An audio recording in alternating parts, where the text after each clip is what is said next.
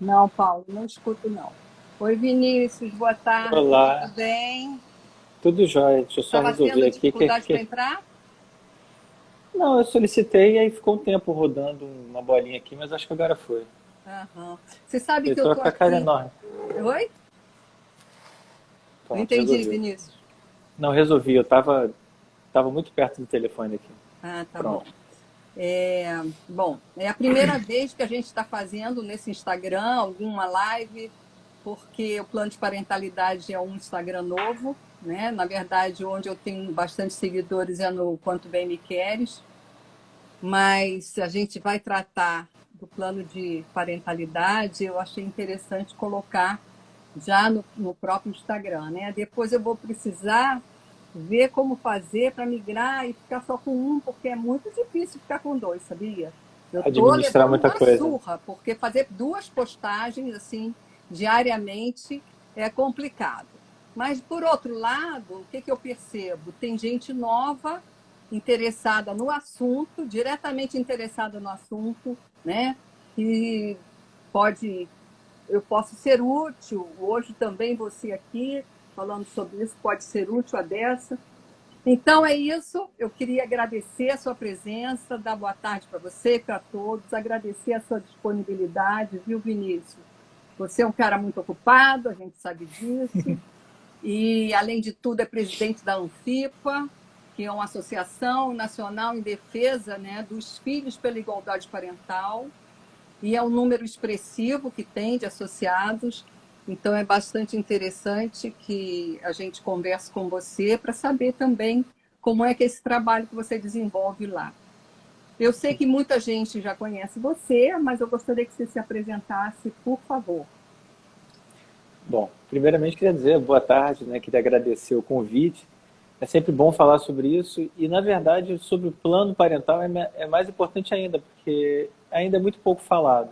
Sim. Bom, sou Vinícius Ferreira, eu estou presidente da Anfipa, né? E, como você bem disse, é uma associação, na verdade, que tem o lugar de fala da criança, né? O que a gente busca é defender o direito da criança conviver com pai e mãe, que é o Sim. que está na nossa Constituição, que é o que é quase um consenso científico, né? E é difícil chegar a um consenso, que a criança precisa ter pai e mãe, assim como precisa ter avô, avó, a família toda.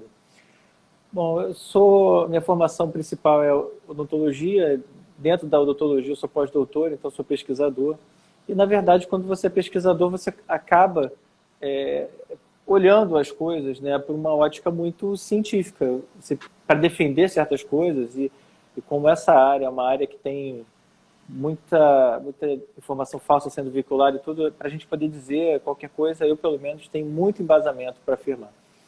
E no caso do plano parental, eu fui buscar o plano parental porque, como a ciência faz sempre, né?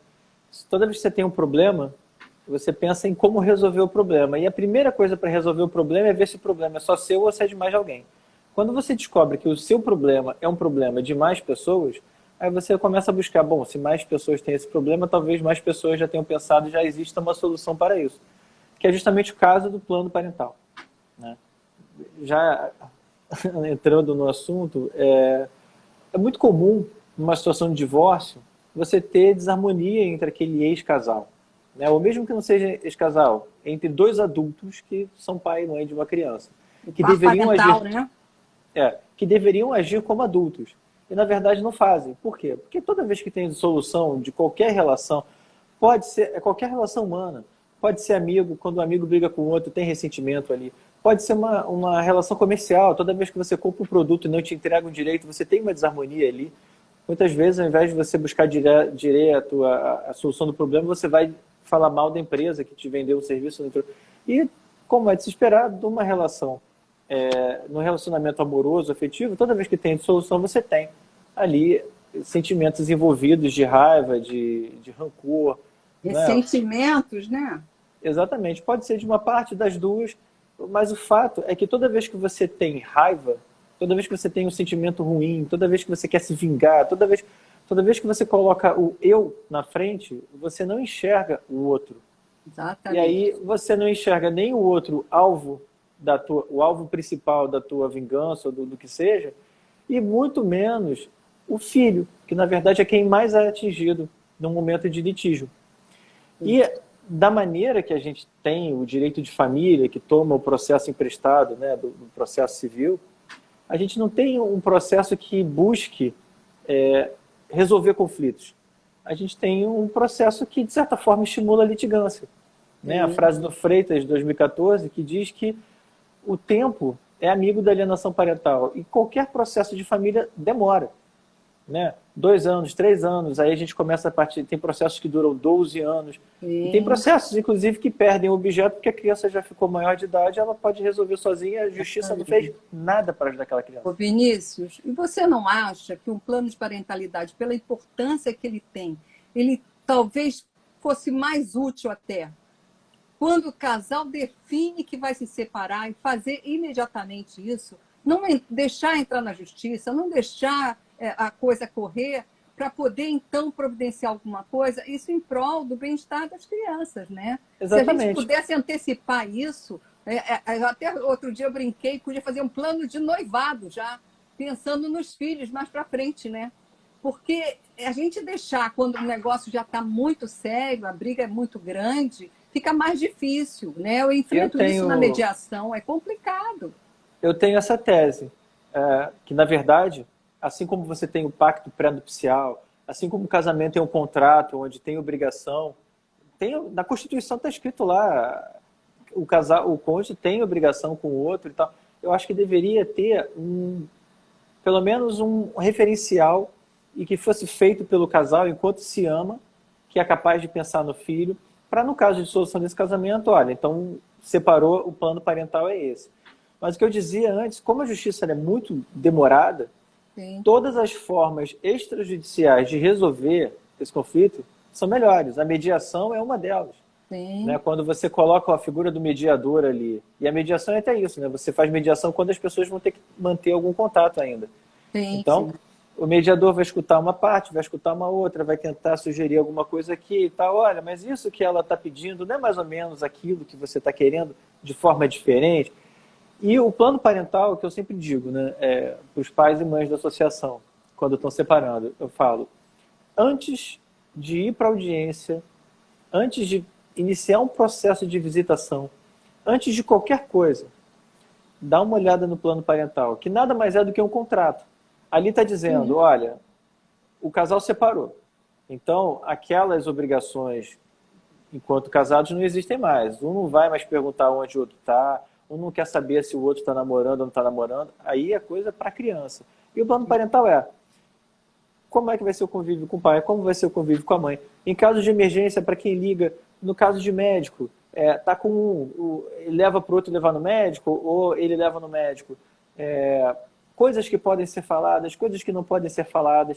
Então, divisão de feriado, divisão de férias, você vai fazer um documento ali que vai, na verdade, servir de um porto seguro para que você não tenha mais que ficar discutindo ponto a ponto, porque é outro problema. Quando você tem uma decisão judicial de visitação, o pai vai pegar carnaval alternado e a mãe vai pegar na Semana Santa alternada e tal. Aí tem um ano que isso vai coincidir com o aniversário de um, aí chega, e agora? Até isso tem que ficar estabelecido no plano de parentalidade. Exatamente. Mas aí uma decisão judicial é falha nesse aspecto. Aí o que você vai precisar?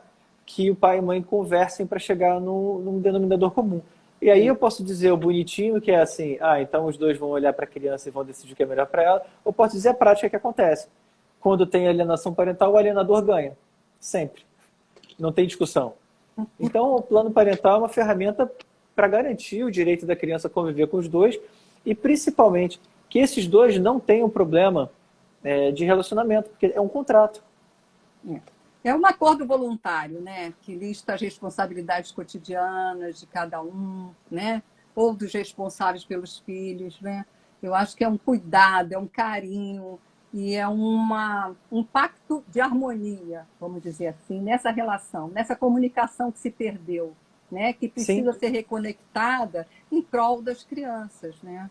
É muito complicado, mas eu acho que é a melhor coisa que podia ou que pode acontecer para os filhos após o divórcio, a separação desse par parental, é fazer o plano de parentalidade. E antes, fazer a mediação. Não litigar, não ir direto para o judiciário, né? Por isso que o pacto que você falou, pré-nupcial, é interessante. A Adriana Gomes, ela tem, a advogada familiarista, ela tem uma ideia também a respeito disso. É bem interessante o que ela propõe, né? De colocar já no cartório isso, né? Mais ou menos o que você falou. A gente estava em Brasília, ela falou isso com vários deputados. Exatamente. E as sementes foram plantadas. Vão torcer para que os deputados façam PL sobre isso. Porque, de fato, né? Assim, você estipula regra e garantia para tudo. Você diz assim, ó, em caso do casal não decidir por um regime de comunhão, vai ser o regime de comunhão parcial, né? Daí para frente é do casal. A gente precisa, na verdade, de alguma coisa parecida com os filhos, né? Porque a nossa Constituição levou a criança de um objeto para a condição de um sujeito de direito. Sim. Mas, na prática, quando a gente vai para a justiça, a criança volta a ser um objeto, né? E uma outra coisa fundamental, um objeto de disputa, um objeto de vingança, na verdade, uma arma para vingança. E é importante falar disso porque a nossa legislação está mudando muito no sentido de promover certas garantias, mas que, ao mesmo tempo, se tornam armas na mão de pessoas mal intencionadas. Né? A gente tem aí uma lei que foi muito importante ter sido feita, a Lei Maria da Penha, mas que pode ser usada para o mal com muita facilidade. Hoje é a forma mais rápida de afastar o pai de um filho. Ou você acusa ele de violência doméstica ou de abuso sexual. Na hora o pai está afastado do filho e vai depender, provar a inocência e tudo para poder voltar a conviver com o filho. Depois de 10 anos sofrendo alienação parental, esse filho nem quer ver mais o pai. Então, no caso de um plano de parentalidade, por exemplo, você consegue definir ali, olha, o pai vai pegar na escola e vai deixar na escola. Com isso ele não tem proximidade com a mãe não consegue fazer uma denúncia falsa. É muito fácil mostrar, olha, ela está dizendo que eu tive com ela que eu não tive. Eu pego na escola, deixo na escola. Sim. Tudo é aquela máxima, né? Tudo que é combinado não sai caro. Não sai caro. Mas você sabe que eu fiz um plano de parentalidade há pouco tempo e o casal estava tão assim acordado entre ele e o par parental que realmente não precisou fazer homologação. Eles não querem, apesar de eu ter falado, olha, faz homologação, o futuro ninguém sabe. Não, não, não. Mas, assim, o meu trabalho, como eu faço a supervisão, depois que eu faço o plano de parentalidade, eu fico mantendo, né, essa supervisão. Então, qualquer ajuste, eles já sabem que eu estou ali, né, para dar uma orientação. Mas é muito interessante a homologação, porque garante isso que você falou, né? O acordado não sai caro, né? Então, tem uma outra questão que eu queria discutir com você, Vinícius, é assim, normalmente, os homens vêm me procurar porque as mulheres é que gostam da questão do litígio, de entrar no judiciário primeiro, por questões financeiras ou qualquer que seja ela. Mas o que acontece? O pai chega, me pede ajuda para tentar fazer com que a mulher faça a mediação. E ela, às vezes, não quer. Na maioria das vezes, não quer. Ela prefere realmente ficar lá.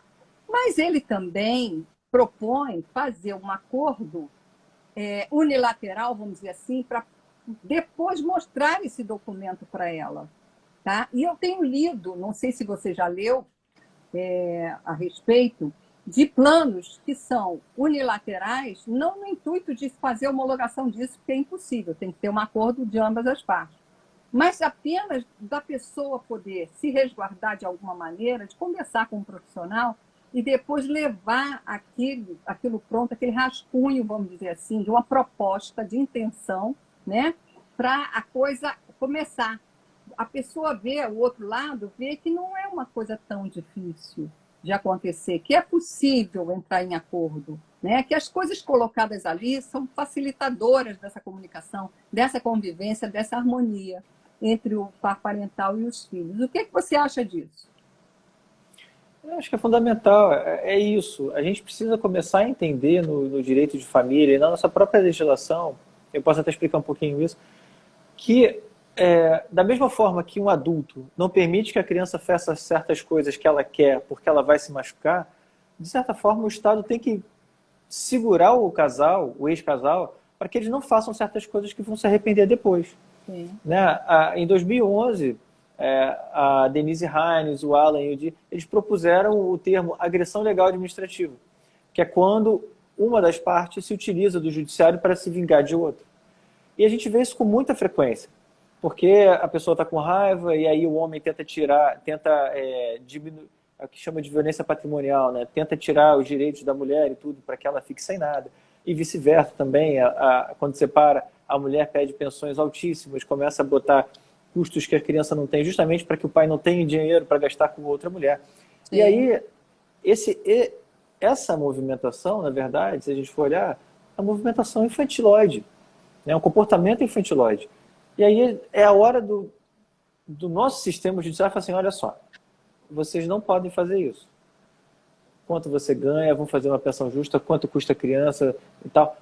É isso que a gente precisa. E principalmente, infelizmente no nosso código, na nossa legislação, a mediação ela não é um pré-requisito para você entrar com ação na justiça. Infelizmente. Que é muito ruim. Então o que acontece? Você falava muito aí das pessoas que querem ir direto para a justiça e não querem fazer mediação. Por quê? Porque a gente sabe que a justiça demora. Porque a gente sabe que aquele casal está abrindo mão da liberdade de decidir o melhor para o filho e botando essa decisão na mão de um juiz que ganha.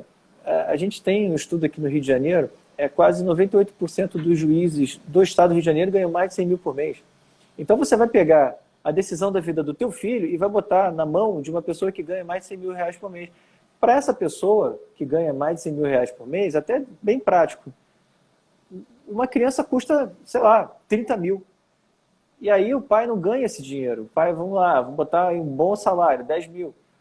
E se a criança custa 30 mil para o juiz, ele vai falar assim, então você paga 9 mil para essa criança. E o pai só ganha 10. E, assim, o pai que ganha um salário mínimo, R$ 1.212. Aí, os juízes teriam que pensar, na verdade, com a cabeça de quem ganha aquele dinheiro. E é difícil para eles, porque eles não ganham um salário mínimo. Sim. R$ 1.000 eles gastam no restaurante. É outra realidade, né? É outra realidade. E aí ele fala, não, se você ganhar 1.200, você vai pagar 800 para essa criança. E aí, na verdade, a gente começa um grande ciclo da maldade. O pai não consegue pagar a pensão, vai preso, perde emprego, não consegue mais pagar a pensão e ele vai estar sempre naquela história. E aí o filho, que é o pior de tudo, quando crescer e entender que o pai foi preso porque não pagou pensão para ele, começa a tomar essa responsabilidade para si. E você tem uma série de problemas de ordem de saúde, né, física e mental dessa criança. Então, quando não acha que foi abandonado, né? Não sabe as razões, não sabe nada. Sim. Né? Então, o que eu acho e que eu tenho começado a conversar também com deputados é isso. Talvez a gente precisasse, nos processos de família, que houvesse uma mediação inicialmente. Até porque a ausência de mediação mostra quem é que tem o ânimo litigante ali. E aí fica mais fácil para o juiz entender quem quer fazer acordo e quem não quer. Exatamente. Né? Exatamente. Eu vi outro dia também, Vinícius, uma postagem sua falando dos gatilhos, né, que podem favorecer essa questão da alienação parental e proibir ou dificultar a questão do plano de parentalidade, que é um novo namorado, a nova namorada, né? O estabelecimento de um novo relacionamento para esse pai ou para essa mãe, que pode trazer problemas para essa criança. Queria que você falasse um pouquinho sobre esses gatilhos aí. Na verdade, só fazendo justiça, essa foi uma publicação do Observatório da Alienação Parental, o APAR. Muito provavelmente quem escreveu foi a Bruna Vidal, que é a presidente de lá. E eu só complementei que, assim, o fato está aí, né? O convívio da criança com o genitor alienado, pode ser mãe ou pai, ele é pobre, mas ele acontece enquanto existe a possibilidade de reatar o relacionamento e tal. Quando a outra parte começa um relacionamento e deixa claro que está seguindo a vida, aquela parte ressentida faz o quê? Ele não vai voltar a viver, não vai ser feliz. Ou então, ela não vai ser feliz. E aí, qual é a arma que tem à disposição ali na hora? A criança. Aí olha para a criança e fala, você não vai mais para a casa do seu pai, você não vai mais para a casa da sua mãe. E a partir do momento que esse é um gatilho, e isso é perceptível, e isso é fato, está mais do que claro que a alienação parental tem um componente de vingança muito forte. Né? A alienação parental é um maltrato infantil, porque você está pegando um problema do adulto e colocando no colo da criança que não tem repertório, não tem condições emocionais de lidar com aquilo. E aí o que acontece com a criança que tem que lidar com aquilo? Adoece. Adoece. E aí a gente chega numa coisa que é complicado de digerir. O suicídio de crianças é a segunda maior causa de morte. Isso aí é dado da Organização Pan-Americana de Saúde, que é uma divisão da Organização Mundial de Saúde. Está publicado. E ainda assim, quem levantou essa hipótese foi até a Cláudia Prete, no webinar que a gente fez. Sim. Quantos acidentes, né? A criança está brincando, subiu numa árvore, caiu e morreu. Né? Quantos desses acidentes de fato não foram suicídio? Porque a criança sabe que sobe e chega um ponto que ela não vai conseguir descer. Sim. E se ela continua subindo, pode ser um suicídio. E aí a gente está falando aí de um problema de saúde pública, um problema de segurança pública. E que a sociedade está cega para isso ainda. Né? E que podia ser muito bem resolvido se você tivesse um contrato ali. É o que eu digo. Quando você compra quando você assina uma internet, aí tá lá, você vai receber um contrato dizendo, ó, a partir de agora você vai receber uma conexão com a internet de velocidade tanto, capacidade tanto, e vai estar tudo ali. Para receber isso, você vai pagar isso, isso, isso, aquilo. Tá ali, decidido. Tá tudo escrito ali. Agora, por que a gente faz isso para contratar uma internet para casa e quando chega um filho, que é algo que a gente tem de mais importante na vida, né? É a nossa continuação nessa roda da história aí da vida. E aí você deixa aquilo completamente solto, aberto e para ser decidido por pessoas que estão com raiva. Vinícius, nunca vai ser bem decidido. Qual seria o caminho para a gente agitar isso e virar um projeto ou alguma coisa mais factível? Bom, no ano passado a gente teve o sofrível, lamentável projeto de lei 6371 que pedia a revogação da lei 12.318. Sim. E você é um militante ferrenho. E quando teve a possibilidade disso tramitar com urgência, ser jogado no plenário e votado tipo para o ímpar, a gente começou a atuar. Eu acho que foi em maio, junho, a primeira vez que eu fui a Brasília.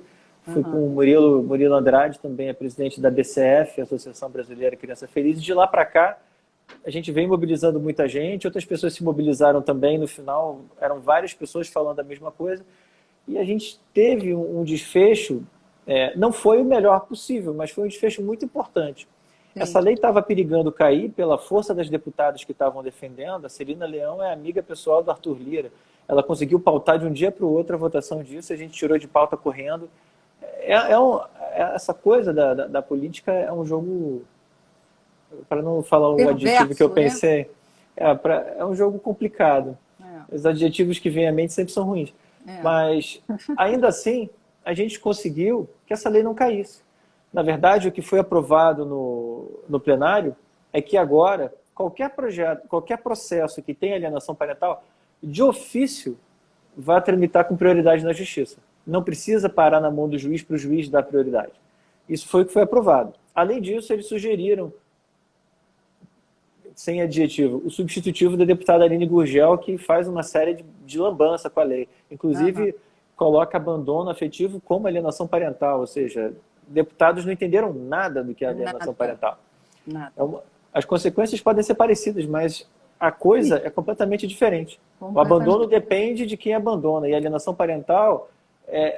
quem abandona a criança é vítima, porque ele é arriscado da vida da criança. Exatamente. E agora isso foi para o Senado. Então, no Senado, esse ano, né, as sessões começaram elas voltaram agora recente. Voltou também o regime de sessão remota, voto remoto, então ainda não começou direito o ano legislativo. A gente está organizando para voltar e fazer um trabalho agora mais focado, que agora a gente não tem mais a pressa que teve no ano passado. Mas eu digo assim, Vinícius, sem ser entrando primeiramente na política, entre nós somos defensores da alienação parental, da lei, da criança, da igualdade parental, da convivência equilibrada.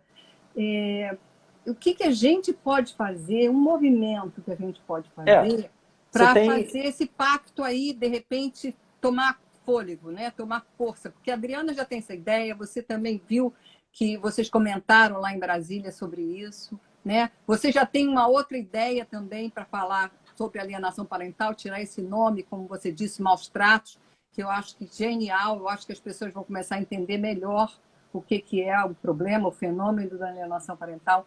Eu digo assim, nesse movimento, o que a gente pode fazer para se unir para tentar implantar isso, implementar isso? A gente tem escalas de atuação, né? Vamos botar assim, o mais próximo da gente, eu assim, concordo em gênero, número e grau com a Adriana Gomes quando ela diz que a solução é capacitação. O que a gente está fazendo aqui agora, muita gente que está vendo agora e que vai ver depois não sabe o que é plano de parentalidade ou plano parental. Sim. Por escutar o nome, vai procurar saber.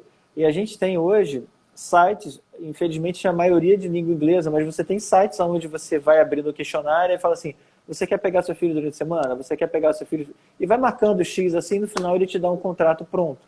Sim. E você tem também a capacitação de advogados no Brasil para que eles entendam o plano de parentalidade e já cheguem para o cliente, olha só, o que você pode, o que você quer, vamos buscar isso. Vamos tentar conciliação. Então, a primeira coisa é a gente agir entre os pares, né? Advogados conversarem, sim. capacitarem e começarem a mudar a ótica. Porque, assim, um processo de família, é difícil você dizer, meu cliente ganhou, ou meu cliente perdeu. Porque, na verdade, quando você está falando de família, não tem ganho e perda. Se não tiver um ganha-ganha, nada funciona. Se um ganhar e o outro perder, todos perderam. Tem que ser ganha-ganha. Exatamente. Então, a primeira coisa é essa, é falar sobre isso, trazer o assunto para que as pessoas entendam, busquem. O que eu falava, na verdade, é o mais acima, né? A gente tentar buscar uma modificação na legislação para que isso seja, de certa forma, encaminhado, obrigatório, ou uma cláusula vinculada. É conversar com a sociedade, né? E dentre esses dois, né, 8 ou 80, tem várias atitudes. Até mesmo pessoas, não advogados, pessoas casadas que não têm... Fala, pô, eu vi uma live esses dias, falando sobre plano parental. E começar a falar entre os amigos e aquilo tudo, para que talvez assim, o sonho não seria... seja tão longe, né, das pessoas, a ideia ainda, né? A solução melhor seria que de verdade, que quando os casais estivessem no auge da paixão e daquilo, que está olhando o outro, está olhando, né, não está pensando em separar, que pensasse em escrever. Porque eu já vi muita gente, é claro, como presidente da Anfipa, e eu vivo esse problema o tempo todo, eu estou sempre escutando e conversando com pai e com mãe alienado. Então, às vezes eu vejo que essas pessoas começam um novo relacionamento e essa pessoa, um novo relacionamento, sempre diz assim, você pode ficar tranquilo que eu nunca vou fazer isso com você. Aí é que eu digo, então vamos escrever? Vamos escrever?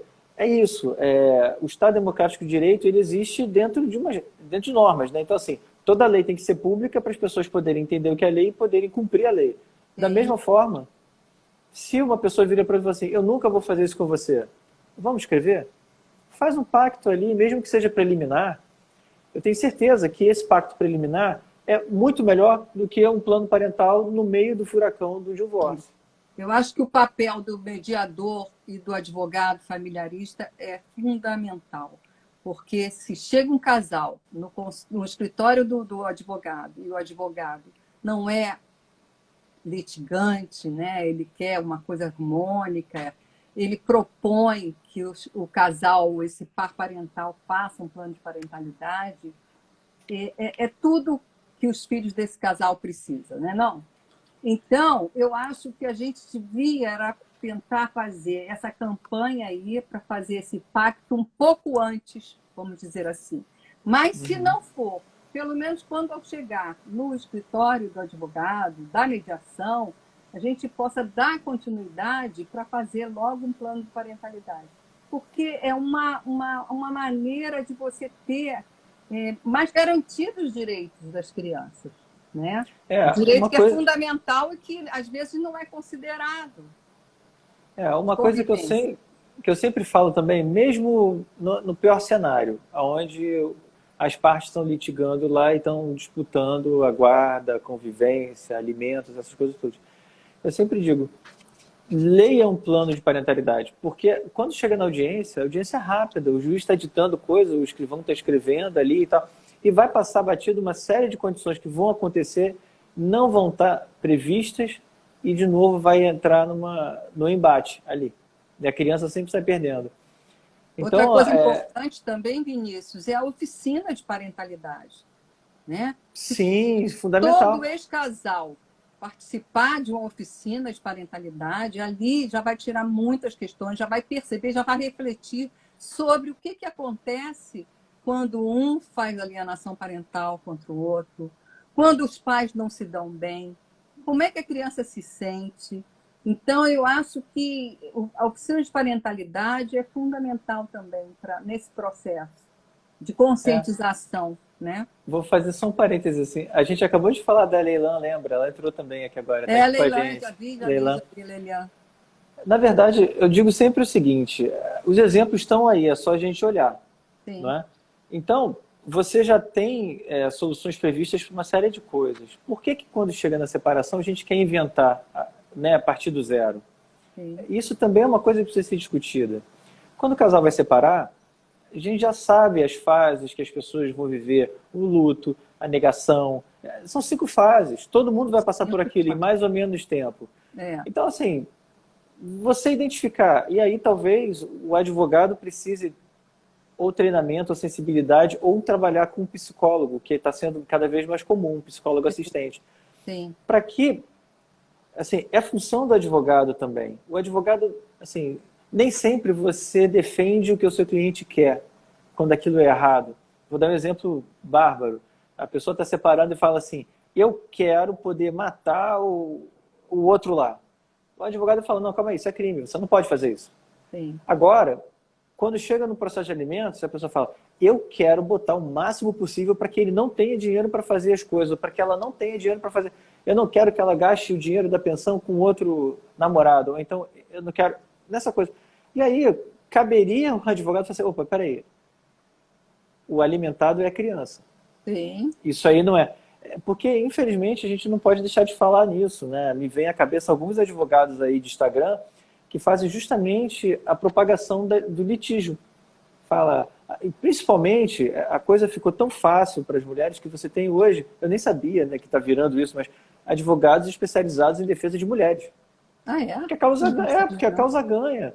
Tem um advogado galã aí, que se diz galã, né? Com faceta, com implante de cabelo, é tudo falso. Eu só não sei por que as pessoas acreditam nele. A cara dele é toda Aham. falsa, botox, tudo falso. E aí ele fala exatamente isso. Mãe, você já acionou, você já mandou prender o pai do seu filho porque está inadimplente? E aí você Gente, que começa, absurdo. aí você começa a pensar, bom, peraí, a prisão civil existe para que a pessoa pague a pensão. Sim. Não é pela prisão em si, a prisão não é fim, mas acabou virando, porque é um baita instrumento de vingança. Você colocar uma pensão alta, não pagar e tal. E, de novo, no plano de parentalidade, você pode estipular ali, isso é uma coisa fenomenal, você Você pode pode estipular ali, estipular dever de alimentos, a exatamente, in natura, convivência, in tudo. natura. Você pode dizer assim, Sim, ó, o pai vai ficar responsável pela educação da criança e tal, a mãe vai ficar responsável por isso e aquilo outro. E tá bom, tá decidido. sim. Porque, na verdade, se o pai ou mãe, vai lá, um paga o plano de saúde, outro paga escola, paga atividade. Se você fica devendo qualquer coisa, você, na verdade, vai receber, olha, está devendo e tudo, e você vai dizer, olha, não vou pagar esse mês, mas eu posso dividir esse mês nos outros 2, e pronto, vai resolver o problema. Com Agora, certeza. quando você tem o Instituto da Prisão Civil pela inadimplência, pronto, aí você começa a fazer de tudo para aquela pessoa não pagar para poder ser presa. Você está dando poder para uma pessoa com raiva se vingar do outro. É quase como querer apagar um incêndio com gasolina. Sim. É isso que a gente está fazendo. E o plano de parentalidade, de novo, ele resolve isso de uma forma muito boa. Porque está É lá, tão ó, simples, né? É tão simples, né, Vinícius, que as pessoas até não entendem. Acham que é complicado e não é, é muito simples.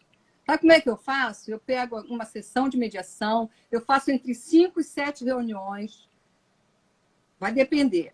E aí, nas 3 primeiras, 4 são só de mediação, depois, então, a gente entra na construção do plano de parentalidade. E quando é bem acordado isso, os detalhes são bem explicadinhos, todos concordam, o negócio fica tão simples, tão fácil, que eles pensam, puxa, por que a gente não fez isso antes, né? você quer ver uma coisa muito legal? O Ministério da Saúde do Canadá ele dá sugestões de plano de parentalidade.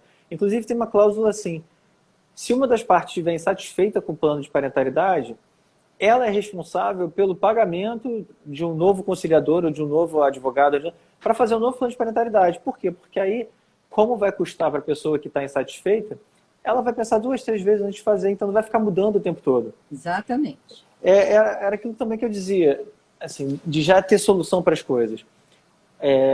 Nas grandes cidades, é muito comum, por exemplo, ter curso de gestante para maternidade e paternidade. Aqui na Perinatal, tem curso para pai.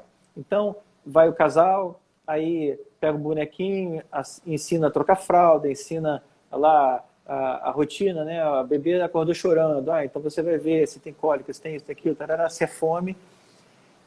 E por que a gente não faz isso com a separação? A gente tinha que ter, como você bem falou, oficina de parentalidade para que quando o casal estivesse pensando em separar, fosse assim, olha, vocês quiseram casar, não quiseram? Então agora vamos aprender a separar.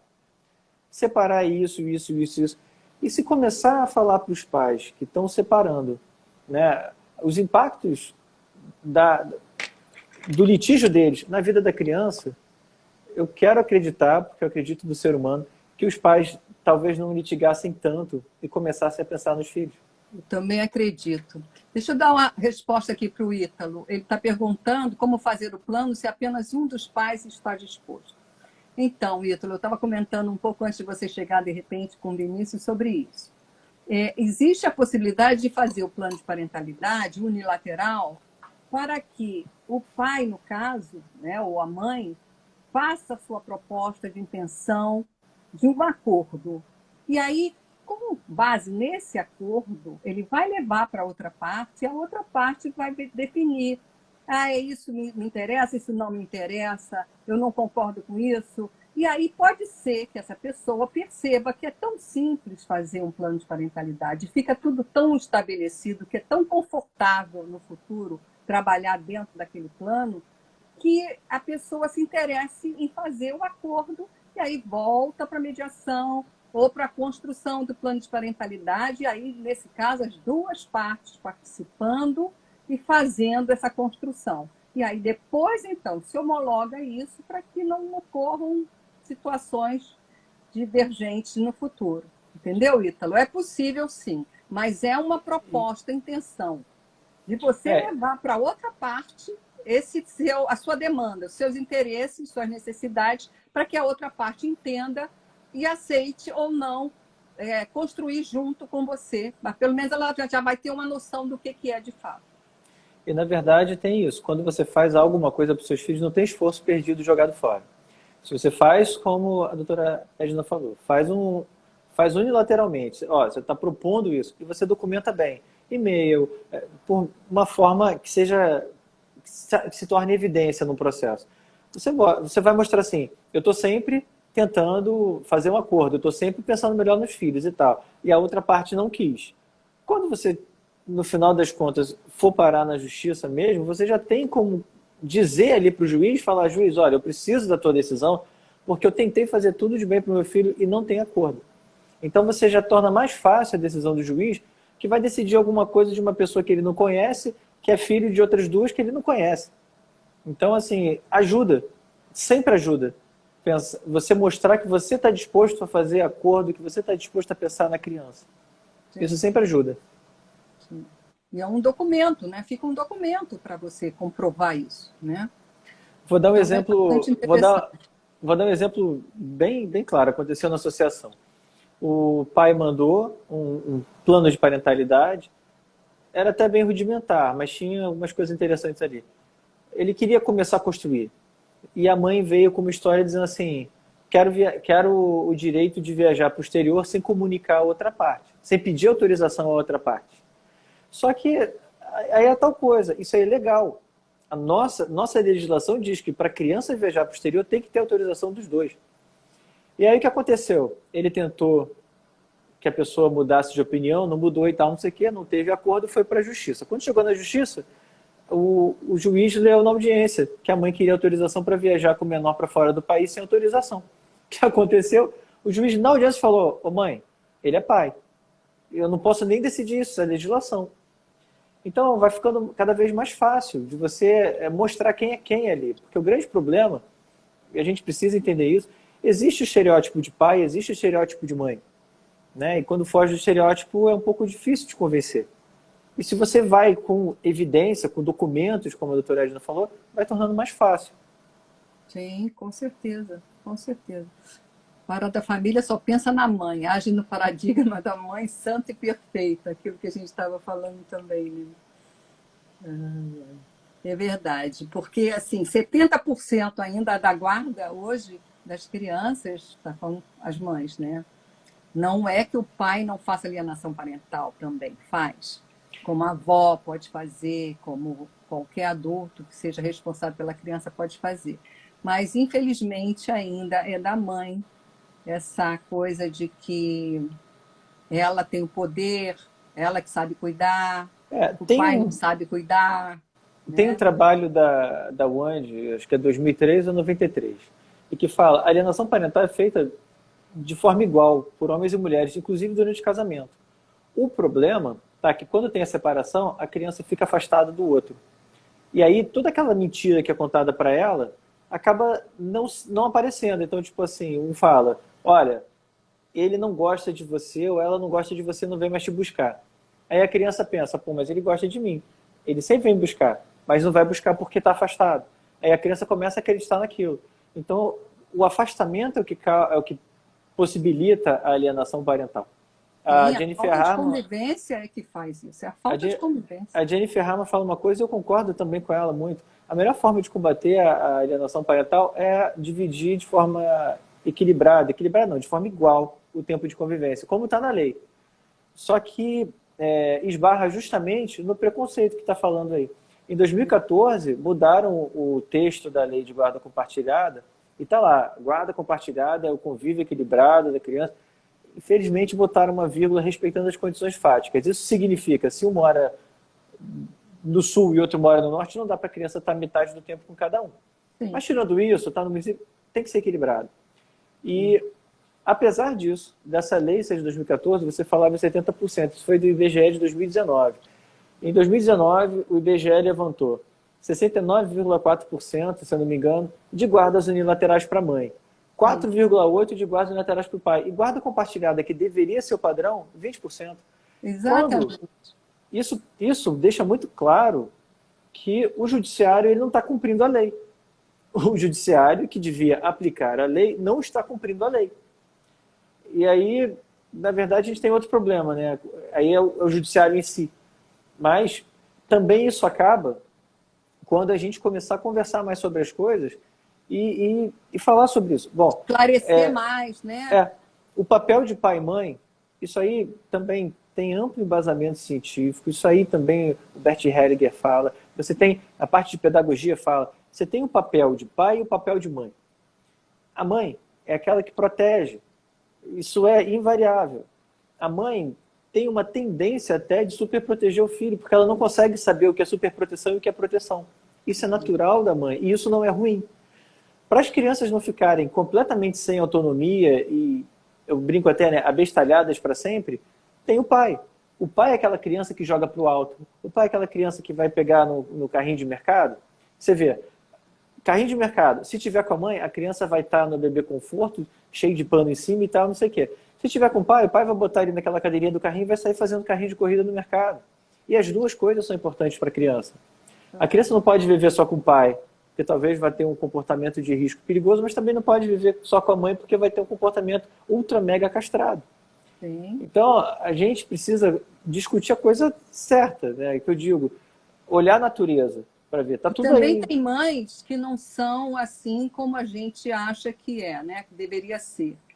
Tem pais que também não são. Como tem pais hoje que querem realmente conviver com os filhos. Que antigamente eles eram só provedores. Hoje eles não querem ser só provedores. Muitos deles não querem. Mas alguns ainda querem, né?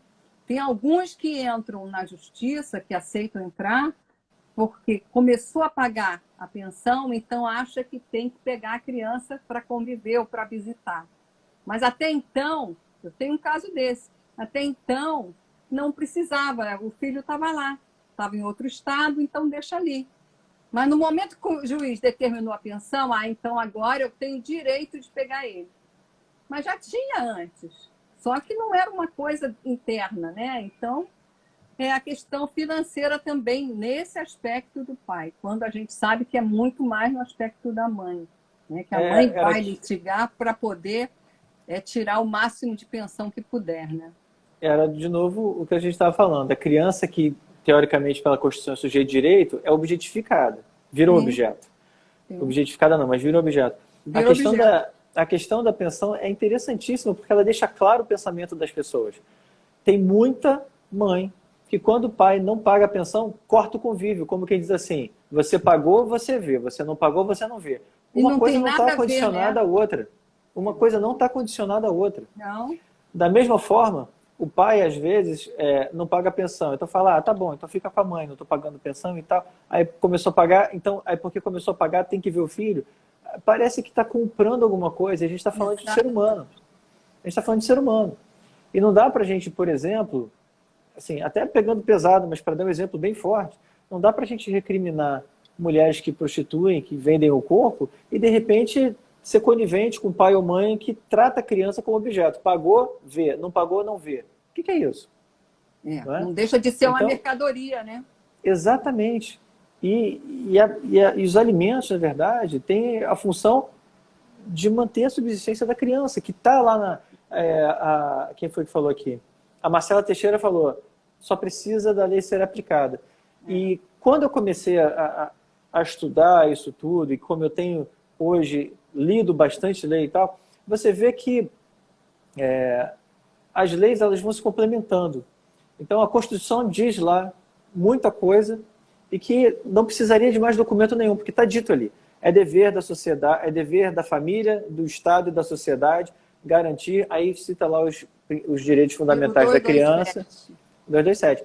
Aí tem esse artigo, não era necessário, mas ainda assim criaram o ECA, Lei 8069, que diz no artigo 4 exatamente a mesma coisa. Uhum. E aí a gente tem, se tem lá, é dever da família, do Estado, da sociedade, entre outras coisas, garantir o convívio da criança com a família. Não bastasse lá estar na Constituição e no ECA, está na guarda compartilhada, que diz lá, convívio equilibrado. Não bastasse isso, tem lá na Lei 12.318. Se o convívio está desequilibrado, vamos equilibrar. Então, a nossa lei, Marcelo, por incrível que pareça, e me surpreendi quando eu me peguei falando isso a primeira vez, nossa legislação é muito boa. A gente tem um descrédito muito grande com o político. Mas o fato é que, tudo bem, a última legislação está fazendo umas cagadas homéricas, umas leis absurdas. Mas a gente tem muita lei boa no Brasil. Sim, com certeza. E, de fato, você está corretíssima. Se a lei fosse aplicada, a gente já teria metade, sei lá, 90% dos problemas resolvidos.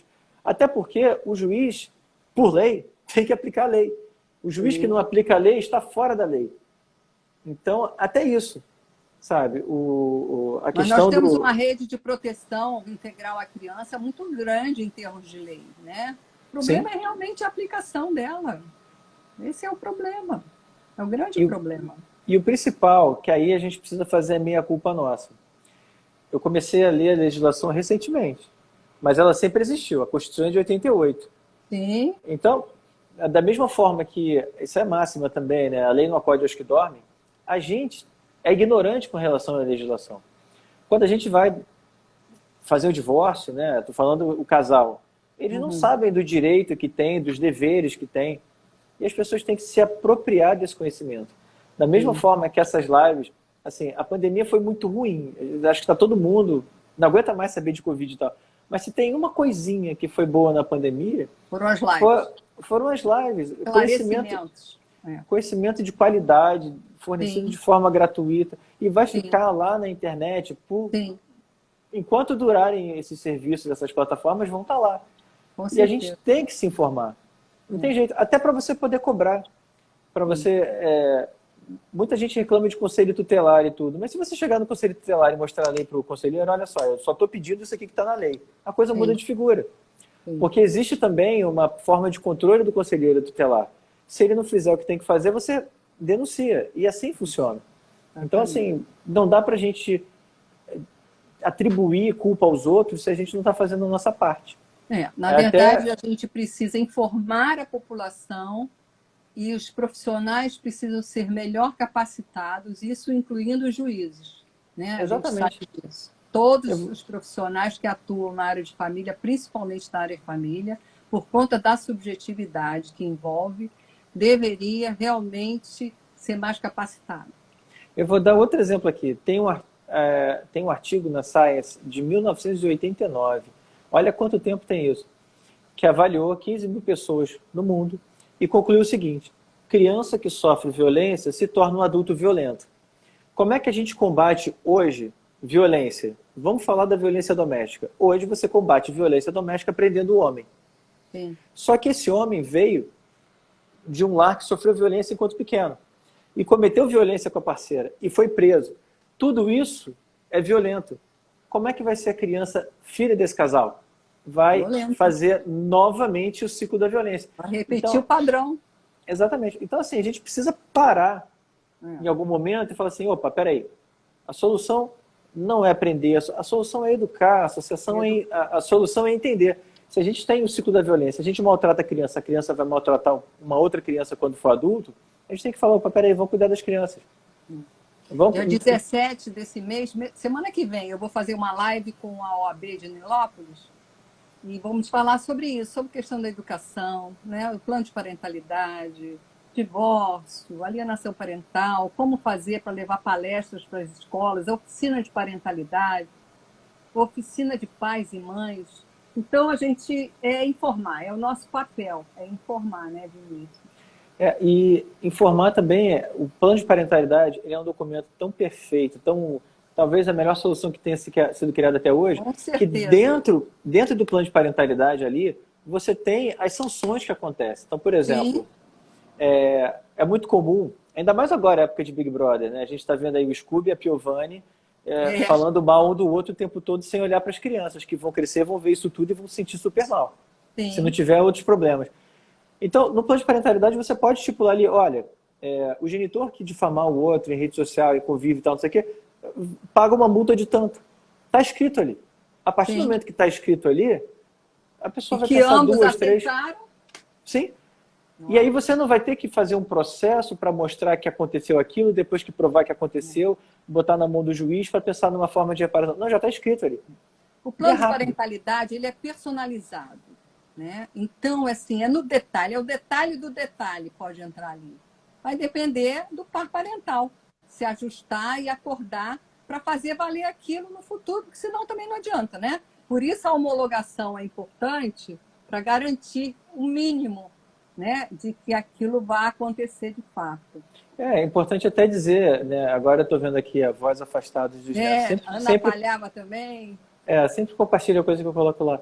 Mas é importante traduzir também para leigo que um acordo homologado tem peso de decisão judicial. Sim. Então é o que eu estava dizendo ali. Se está na decisão, que se, por exemplo, não entregou o filho para o outro genitor, multa de tanto. Não entregou, é só entrar com uma execução cobrando a multa. Acabou. É rápido. E a partir do momento que a pessoa pagar a primeira multa, ela vai pensar 2, 3 vezes antes de fazer. Claro. Então o plano parental é só uma maneira que a gente tem, já que o mecanismo que a gente tem legal é esse, né, de proteger o direito da criança conviver com os dois e dos pais não ficarem brigando um com o outro, porque, de fato, a criança, para falar um pouco de alienação parental de forma rápida, se a criança escuta o tempo todo que um genitor é um lixo e aquela pessoa vai no espelho e se vê com características daquele genitor, o que acontece? A gente tem aí um número altíssimo no Brasil de cirurgia plástica de adolescente, porque querem tirar características do pai ou da mãe. E aí, na verdade, começa a entrar em questão de cirurgia plástica, vai fazendo até ter os problemas. A pessoa ela se sente, por olhar no espelho e ver características daquele genitor que foi sempre difamado, ela vai querer tirar aquilo. E isso, na verdade, é só a exteriorização de um problema maior ainda. É isso que eu ia dizer, porque internamente ela não consegue tirar. Ela tem que reelaborar aquilo em psicanálise, em terapia mesmo, porque senão não consegue, não. E é isso, aí quando ela sorri como aquele genitor, a genitora, ela tampa aquele sorriso e ela para de sorrir. E aí daí que surgem, na verdade, as outras condições mentais, né? Que vamos botar assim, é a cesta de pacote, né, da alienação parental. Começa com alteração do comportamento, com agressividade, hostilidade, aí vai para ansiedade, pode ir para depressão ou não. A gente tem aí uma revisão sistemática chinesa com meta-análise que relacionou até câncer com a alienação parental.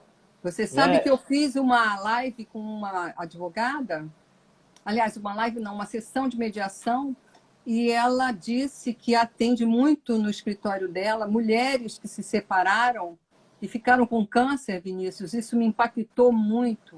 Eu fiquei muito impactada. Ela disse que são muitas mulheres que a procuram para entrar na justiça cobrando alguma coisa em relação ao câncer que ela teve depois da separação.